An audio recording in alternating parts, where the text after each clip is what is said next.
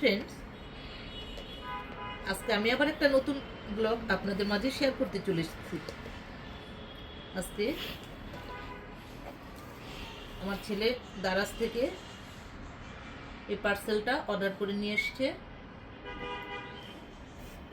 এইমাত্র আমরা ডেলিভারি হাতে পেলাম। এখন আমি এই প্যাকেটটা খুলে আপনাদেরকে দেখাচ্ছি এর ভিতরে কি আছে।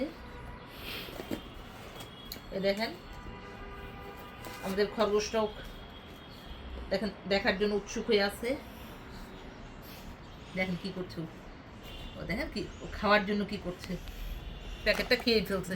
করে না বাবুরে কি অবস্থা! এই তো খাওয়া কম হয়েছে আজকে।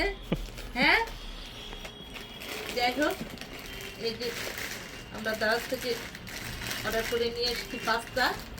এখানে 3 প্যাকেট আছে পাস্তা।